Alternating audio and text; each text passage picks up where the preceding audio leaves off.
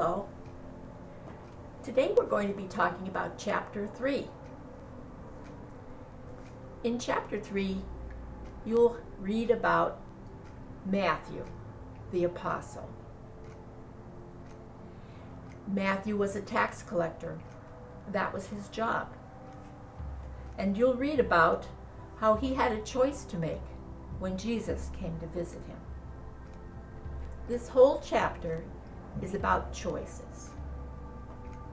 You know, some choices are easy, and your parents have been giving you chances to use choices probably for a long time. Maybe you get to choose what you're going to wear to school.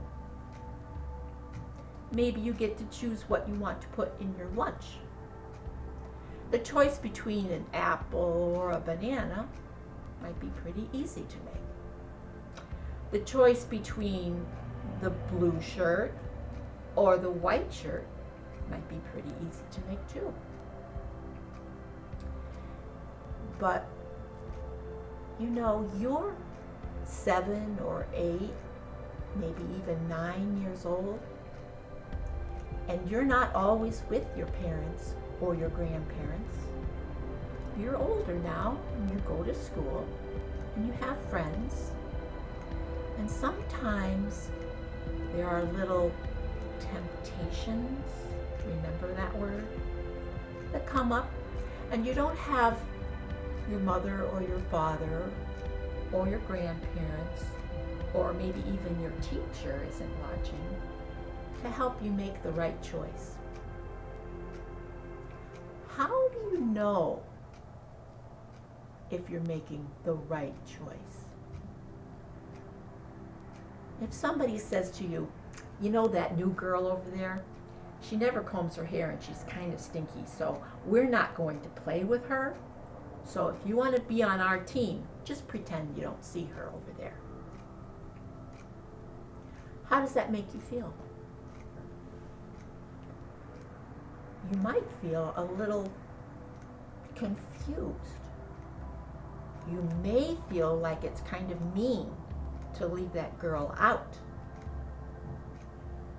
But you also want to have your friends, and you want to play with your friends.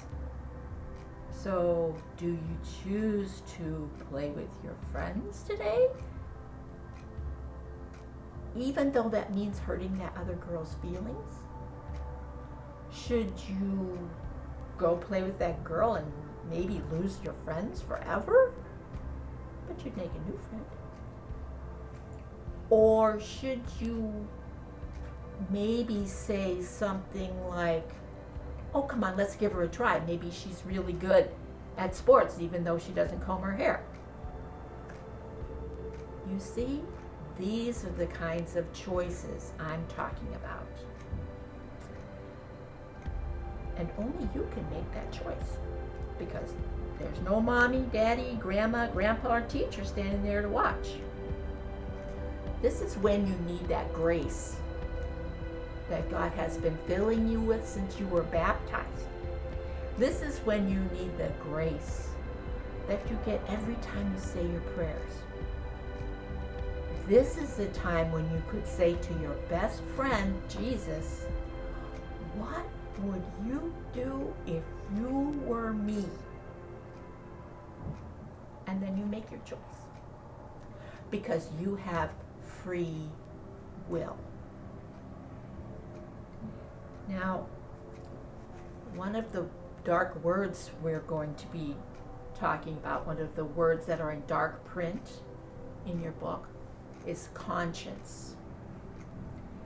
And your conscience is something that the people who love you have been helping you with since the day you were born. When you cried because you were hungry, somebody picked you up and fed you. They were already working on your conscience, because you learned that if you needed help, somebody was there. When you were getting older and you tried to stick your finger into the wall socket, there was somebody there to say, no, don't touch that, you'll burn yourself. They were helping to form your conscience. They were letting you know there are some things you don't do, and there are some things that you do. So we are trying to help you form your conscience as you get older now.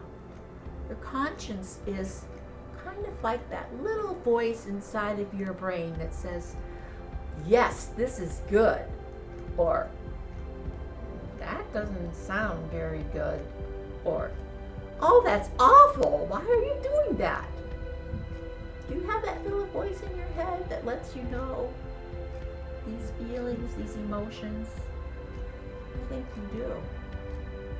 Because you're 7 or 8 or 9 years old. So you know what's right and what's wrong. And you continue to make your conscience grow as you get older. Now, the church has given us some really good guidelines.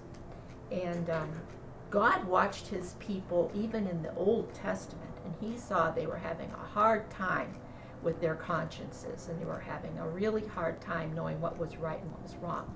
So God gave us the 10 Commandments. He gave them to Moses, and Moses is a character that you should look up in the Bible because he has an amazing story. So the 10 Commandments are listed in the back of your book. Look them up. They are a good way to help you see if you know what's right and what's wrong and what you've been doing. One of them is something you probably have heard of all your life. Don't tell a lie. You might think only children need to think about this commandment. Don't tell a lie.